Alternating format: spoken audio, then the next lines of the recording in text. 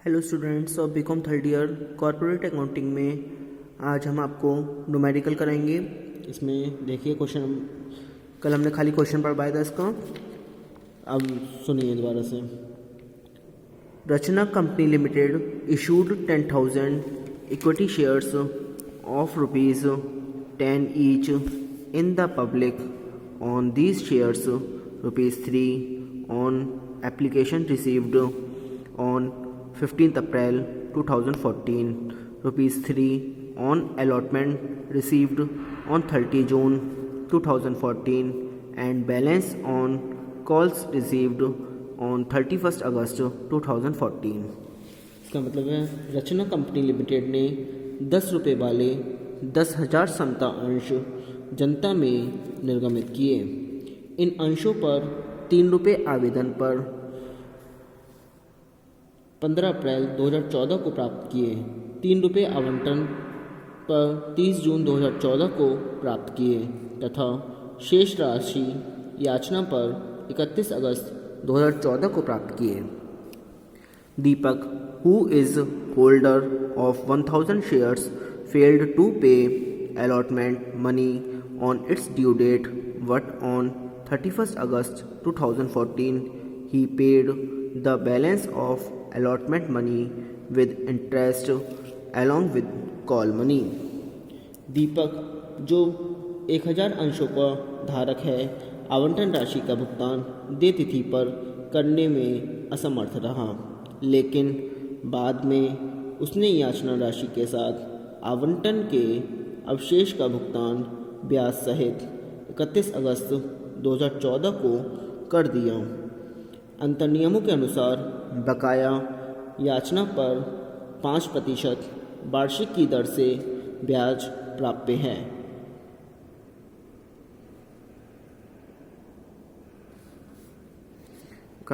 According to articles of association, interest is receivable on calls in arrears at the rate of 5% per annum pass journal entries in the books of Rachna company. अंतर नियमों के अनुसार बकाया याचना पर 5% वार्षिक की दर से ब्याज प्राप्य है। रचना कंपनी की पुस्तकों में जर्नल लेखे कीजिए। अब इसका सॉल्यूशन सुनिए। सबसे पहले जर्नल एंट्रीज लिखेंगे। Journal entries in the books of Rachna company limited, date particular, LF, amount rupees. सबसे पहली एंट्री 2014 15 अप्रैल को एंट्री करेंगे। Bank account debit to equity share application account, क्योंकि ऊपर इक्विटी शेयर है इसलिए to equity share application account, इसको रिसीव करेंगे। फिर इसकी नरेशन लिखेंगे। Being application money received 30,000 debit में, 30,000 क्रेडिट में। फिर इसको ट्रांसफ़र करेंगे कैपिटल अकाउंट में 15 अप्रैल को ही। Equity share application account debit to equity share capital account, क्योंकि एप्लीकेशन पर कितने रुपए थे? 3 रुपये और 10,000 शेयर थे, 10 या 30 तो 30,000 हो गए। 30,000 हमने रिसीप्ट में ही डाल दिया और 30,000 ट्रांसफर में। अब इसके बाद थर्ड एंट्री है equity share allotment account debit, allotment को ड्यू करेंगे to equity share capital account, being allotment money due 30। Allotment पर कितने थे? यहाँ पे देखिए ₹3 ऑन अलॉटमेंट रिसीव्ड, ठीक है, ₹3 तो 3 10 जा 30,000 इसमें भी आ जाएगा। Equity share allotment account debit to equity share capital account 30,000 being allotment money due. आगे देखिए।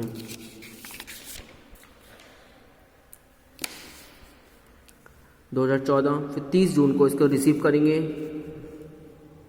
Bank account debit calls in arrear account debit to equity share allotment account, क्योंकि यहाँ पे कॉल्स इन एरियर क्यों आया है?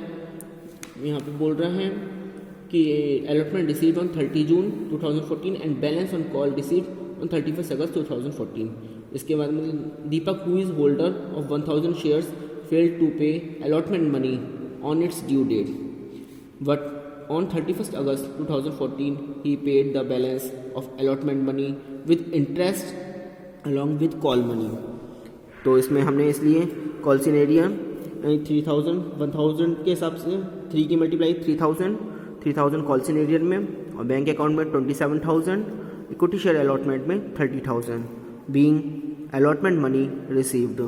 फिर इसके 30 जून को कॉल ड्यू करने के लिए एंट्री करेंगे equity share call account debit to equity share capital account 40,000।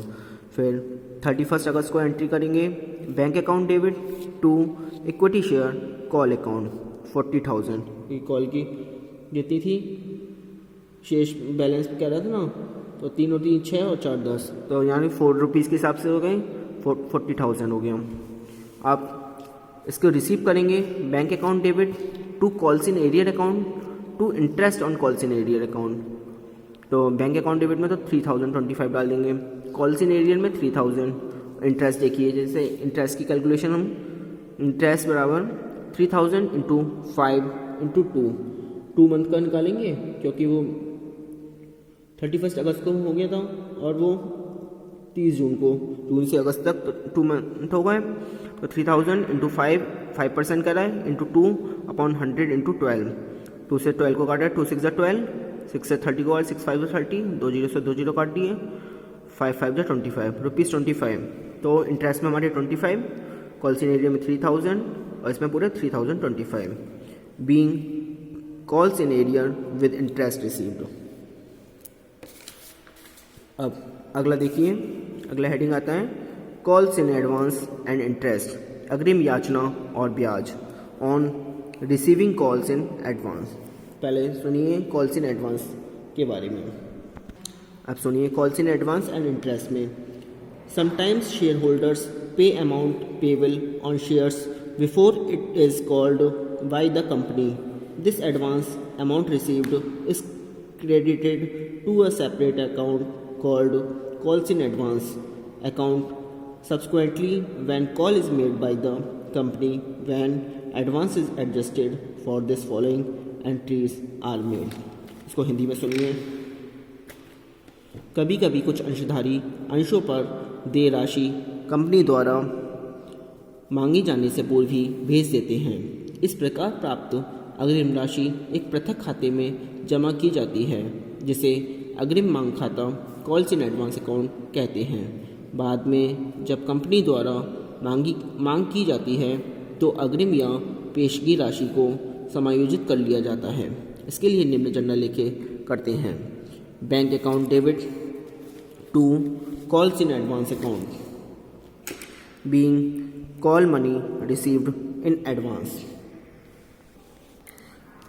When related call is due, its amount is adjusted in calls in advance account for which the following entry is made. इसका मतलब है जब संबंधित मांग देय होती है तो उसकी राशि कॉल्स इन एडवांस खाते में समायोजित कर दी जाती है, जिसके लिए निम्नलिखित होता है। Calls in advance account debit to share dash call account, कोई सी भी कॉल हो सकती है, being advance call money adjusted. आगे सुनिए, at the time of preparing final accounts calls in advance is separately shown in the balance sheet just below the subscribed capital. One thing is important in this regard that if articles of association provides interest on calls in advance, the interest is paid at fixed rate on calls remain in advance with the company and it is debited to profit and loss account. Secondly, a company cannot pay interest exceeding 6% per annum unless approved by general meeting by passing a resolution in this regard. Following entries are made related to interest. मतलब अंतिम खाता बनाते समय प्राप्त अग्रिम याचना company के लिए चालू दायित्व है, अतः आर्थिक चिट्ठा बनाते समय समता और दायित्व शीर्षक के चालू दायित्व शीर्षक में इसे दिखाया जाता है। इसे चुकता पूंजी में जोड़कर नहीं दिखाते और ना ही इन पर लाभांश दिया जाता है। इस संबंध में यह बात भी ध्यान में रखने की है कि यदि कंपनी के अंतर्नियम में अग्रिम मांगों पर ब्याज देने की व्यवस्था है तो इन अग्रिम मांगों पर निश्चित दर से ब्याज भुगतान करना पड़ता है। करना होता है जो लाभ हानि विवरण में दर्शाया जाता है। दूसरी महत्वपूर्ण बात यह है कि कंपनी मांगों की अग्रिम प्राप्त राशि पर 6% वार्षिक से अधिक ब्याज नहीं दे सकती जब तक साधारण सभा इसका प्रस्ताव पारित करके अनुमति न दे। ब्याज के संबंध में निम्नलिखित किया जाता है। Number first, on payment of interest, ब्याज का भुगतान करने पर। Interest on calls in advance account debit to bank account, being interest paid on calls in advance. दूसरी, outstanding interest at the end of the year, यानी कि वर्ष के अंत में अदत्त ब्याज की राशि से। Interest on calls in advance account debit to outstanding interest account, being interest due on calls in advance. Third entry है outstanding interest paid next year, अदत्त ब्याज का आगामी वर्ष में भुगतान करने पर। Outstanding interest account debit to bank account, being outstanding interest paid on calls in advance. Fourth है entry at the end of the year in statement of profit and loss, वर्ष के अंत में ब्याज की राशि को लाभ हानि विवरण में अंतरित करने पर। तो इसमें सुनिए, इसकी एंट्री बनेगी statement of profit and loss account debit to interest on calls in advance account, being interest transferred to statement of P&L account. के एग्जाम्पल हैं तो सुनिए, क्वेश्चन पढ़ा देता हूँ आज।